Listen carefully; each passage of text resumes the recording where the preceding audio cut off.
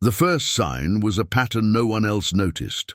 My Savanna cat, Zephyr, had begun her nightly vigil 3 weeks before, pacing, scratching and yowling at the south wall of our Victorian farmhouse like something ancient lived behind the plaster. I'd adopted her 6 months earlier from a rescue in upstate New York, drawn to her lean frame and intelligent amber eyes. She was supposed to be a companion during my early retirement from 15 years as a police detective. Instead, she'd become an obsession. The wall in question sat in my study, a room I'd inherited along with the house from my uncle's estate. Nothing remarkable about it, just aging plaster, water stains from decades past, and the faint smell of old wood. But Zephyr knew something I didn't. Every night between 11 p.m. and 2 a.m. she'd wake me with her cries, positioning herself in the same spot, pouring with surgical precision at a section no wider than my hand. My vet found her perfectly healthy. My friends suggested stress, or worse, that I was projecting my own restlessness onto her behavior. I'd spent a career reading people, trusting instinct, following threads others dismissed. I decided to listen to my cat. What I found behind that wall would rewrite everything I thought I knew about the house and about the man who'd left it to me. Chapter 1. The Pattern. Zephyr's first night in the study, I'd left her alone while I worked at my desk, organizing files from my final case. She'd simply curled into a ball on the windowsill, watching birds in the orchard beyond. That was October. By early November, something shifted. It started subtle, a soft scratch, then silence. I'd look up from my laptop, and she'd be staring at the south wall with the focus of a predator. I told myself it was a mouse. Old houses have them. I set traps. Nothing. I called an exterminator. He found no evidence of rodents anywhere in the study. "Cats see things we don't," he'd said with a shrug, leaving me a bill for $300 and 0 answers. But it wasn't random. That's what my detective instinct kept whispering. I started keeping a notebook. November 2nd, 11:47 p.m. 5-minute episode, low yowl, paws at wall 3 feet from baseboards. November 4th, 12:15 a.m. 8-minute episode, more aggressive scratching. By November 15th, the pattern was unmistakable. Every night between 11 p.m. and 2 a.m., Zephyr would wake, pad into the study, and begin her ritual at that exact section of wall. Her claws left faint marks in the aged plaster, tiny crescents that I'd smooth over each morning, only to have them reappear the next night. My colleagues from the police department would have laughed. "Detective, you're chasing a cat's phantom," my old partner would have said over beer. But retirement had given me something I'd never had in uniform: time to observe. And observation had always been my gift. I started researching the house itself. The Victorian had been built in 1887, passed through 6 families, and landed in my uncle's hands in 1969. He'd lived here for 43 years, dying at 86 with no children, and a will that named only me. We'd been close, but Uncle Harold was private, the kind of man who asked questions but volunteered nothing about himself.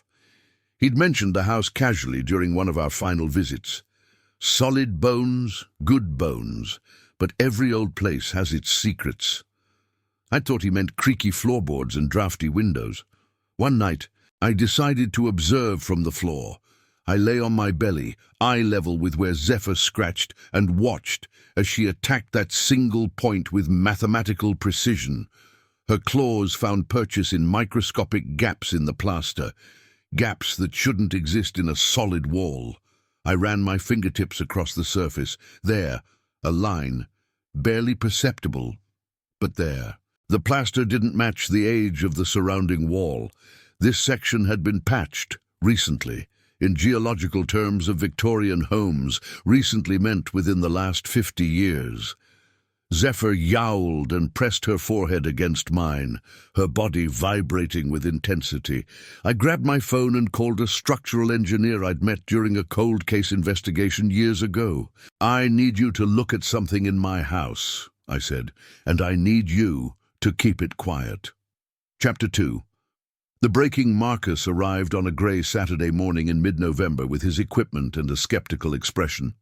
I'd warned him about Zephyr's fixation, and he'd humoured me the way professionals do when consulting for free.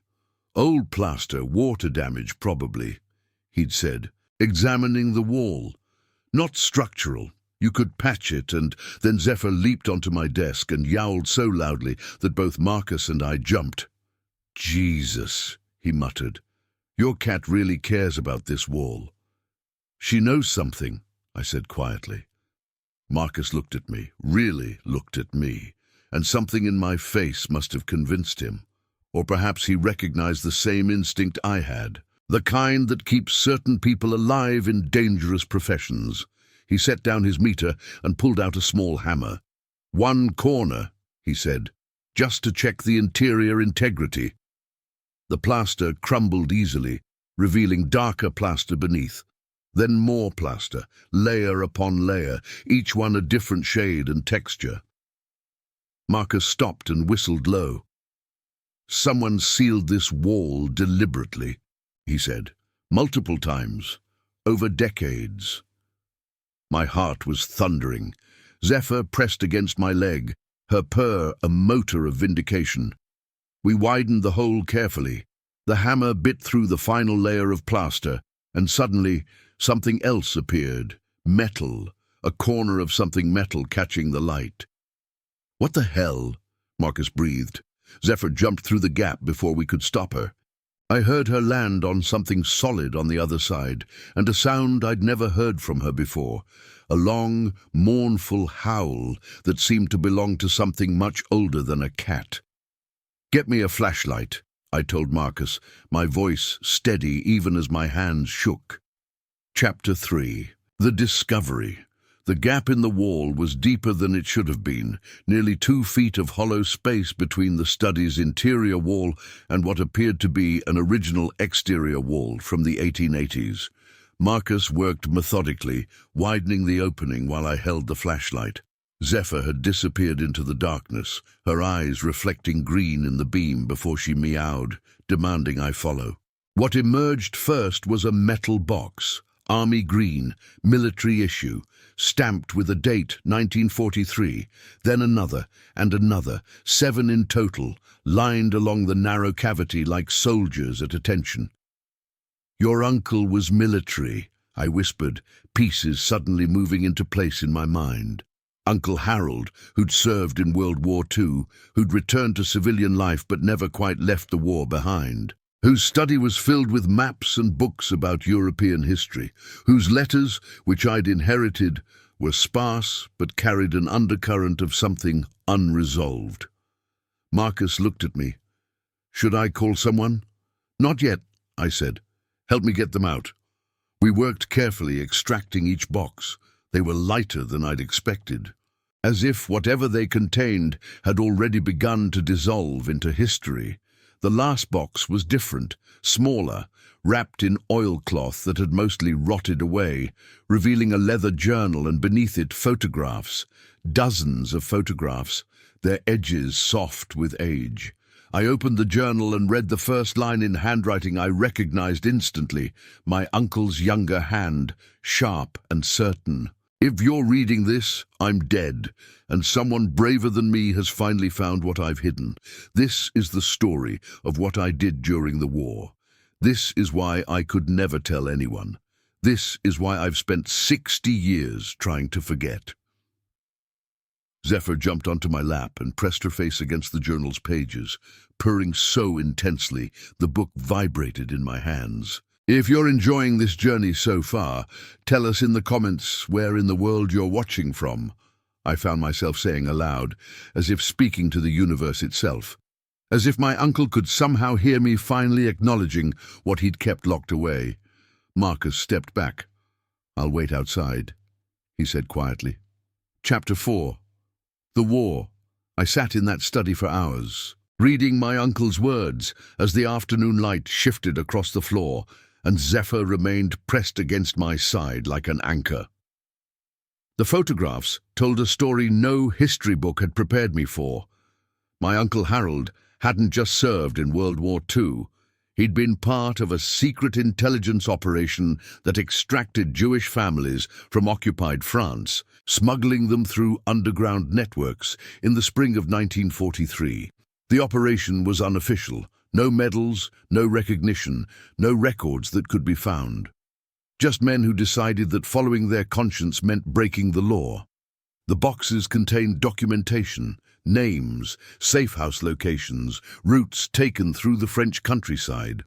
Letters from families who'd made it to America, written after the war with gratitude and relief.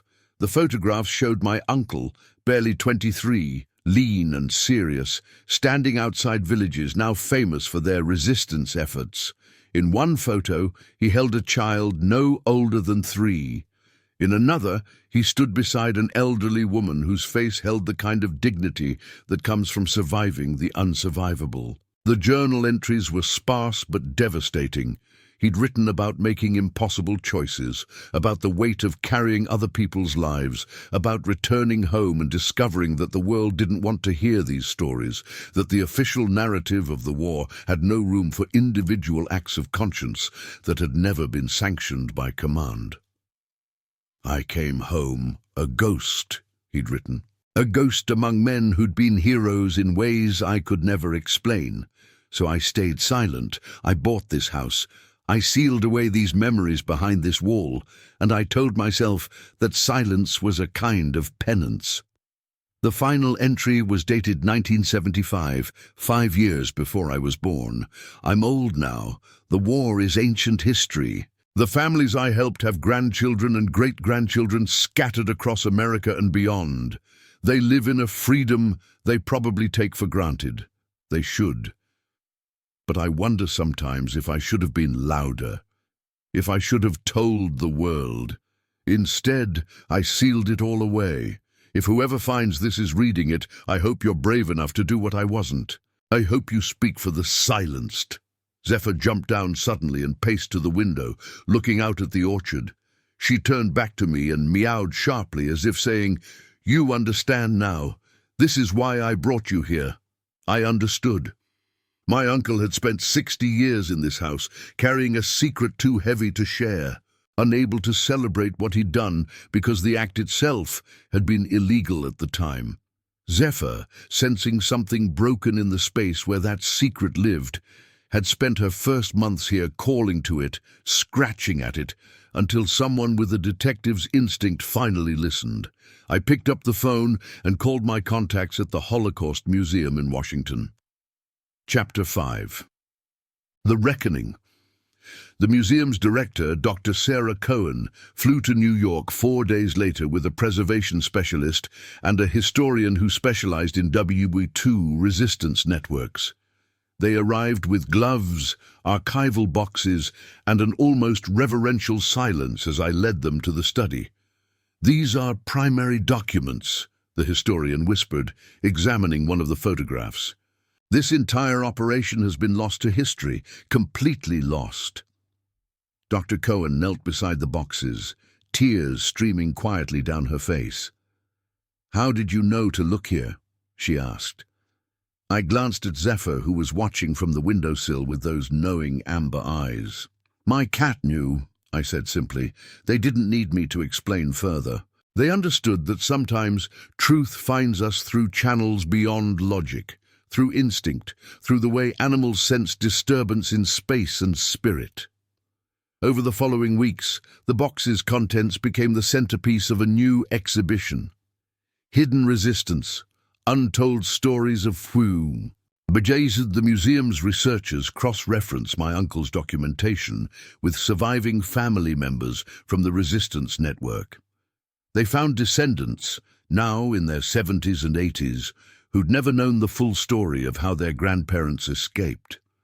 The documentation filled gaps in Holocaust history, revealing a network that had operated entirely outside official channels. My uncle's name appeared in historical journals for the first time, but the recognition felt bittersweet because he wasn't alive to receive it.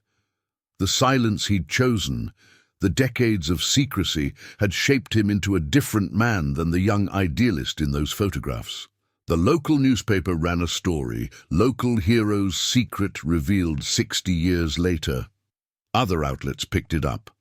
Within a month, Harold Brenner's name had been added to a list of recognized rescuers, but I felt no triumph, only a deep, aching sadness that he'd carried that burden alone for so long, that a society had made him feel he needed to hide an act of profound moral courage. Zephyr seemed to sense my grief. She'd started sleeping on my pillow, her paws tucked beneath her chin, her purr vibrating against my shoulder through the nights. She'd led me here not for celebration, but for closure, for finally saying aloud what my uncle had been unable to say. This matters. You mattered. What you did mattered. Chapter 6. The Inheritance. The museum asked if I'd be willing to donate the boxes and my uncle's personal effects to their archives. I agreed, but not before spending one final night with them, photographing each document, recording my own story about how a Savanna cat had guided me to history. I held the leather journal, its pages soft with age, and thought about what inheritance really meant. It wasn't the house or the money or even the documentation itself. It was the responsibility to remember, to speak for those who'd carried their secrets too long. Zephyr sat in my lap as I made the recordings, her purr a steady bass line beneath my voice. If this story has you hooked, hit like. It helps us share more real stories of animal instinct and hope. I found myself saying to the camera, addressing viewers I didn't yet know would hear this story. Somehow, I knew my uncle would have wanted that, wanted the story told to as many people as possible, wanted others to understand that conscience sometimes requires breaking the rules. The museum's exhibition opened on International Holocaust Remembrance Day. I attended the opening, and Zephyr came with me, the first time I'd taken her out in public. She wore a soft collar with a small bronze tag engraved with her name and mine. She walked through the exhibition with me, pausing in front of my uncle's photographs, as if paying her own respects. A woman approached us, probably in her mid-70s with kind eyes and grey hair. "I'm Rebecca Hirsch," she said. "My grandmother is in one of those photographs. The one with your uncle holding my mother as a child. I never knew who he was. I've been searching for him my entire life to say thank you." I felt tears rise in my throat. "I'm so glad you found him," I said.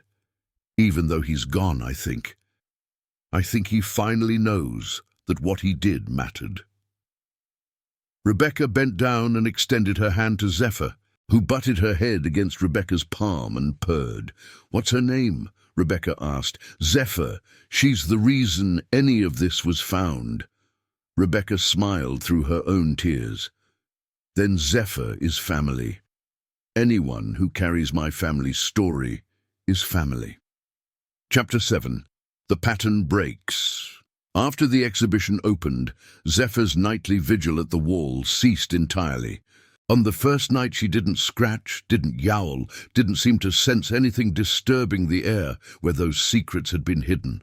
I realized something crucial. She'd never been trying to alert me to danger. She'd been calling to my uncle's spirit through that wall, crying for the burden he'd carried, the pain he'd never been able to articulate. Now that the secret was released, that burden was shared.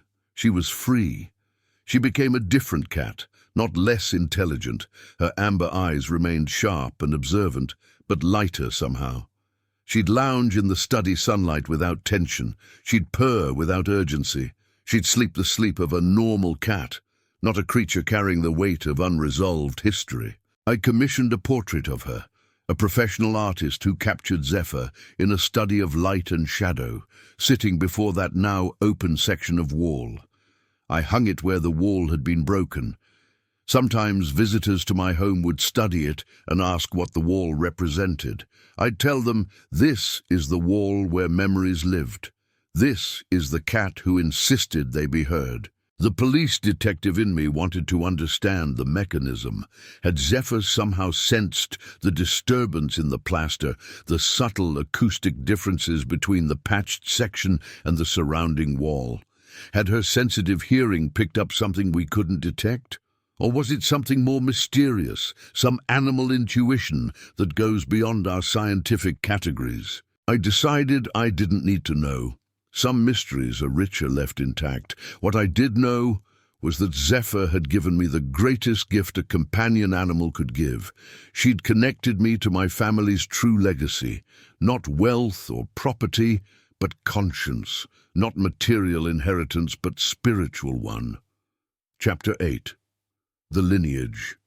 6 months after the exhibition opened, I received a letter from the Holocaust Museum's director.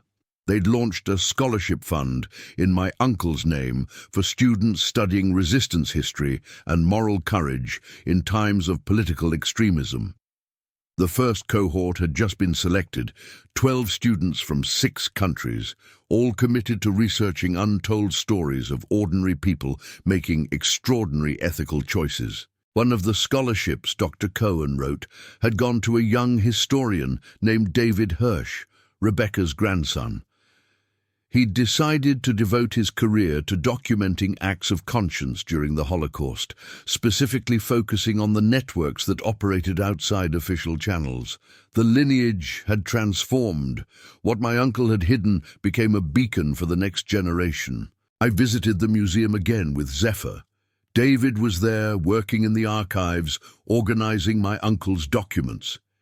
He knelt when he saw us, and Zephyr allowed him to stroke her head, not something she did with strangers. "Thank you," he said, and I knew he meant it in a way that transcended words. He meant it for my uncle's courage, for Zephyr's insistence, for my willingness to listen when an animal kept pointing to a wall and saying, "Look here, remember here." That night, I called my sister, my uncle's niece, and told her the full story. I'd been waiting for the right moment. Now it had come. "He was always so quiet," she said, her voice breaking slightly. "Always so private. I thought it was just his personality. But it was the weight, wasn't it? The weight of something he couldn't say." "Yes," I said, "but now we're saying it for him. Now the whole world knows what he did." "I wish he could have known," she whispered. "I think he does," I said, looking at Zephyr, who was watching me with those ancient amber eyes. "I think he knows." Chapter 9. The Opening. A year after finding the boxes, I received an invitation to speak at a symposium titled Moral Courage in Dark Times. Universities across the country were suddenly interested in my uncle's story, in the networks of resistance, in what ordinary conscience could accomplish when the world demanded silence. I agreed to speak on one condition, that Zephyr could come with me. The symposium organizers agreed, perhaps thinking it was a publicity angle.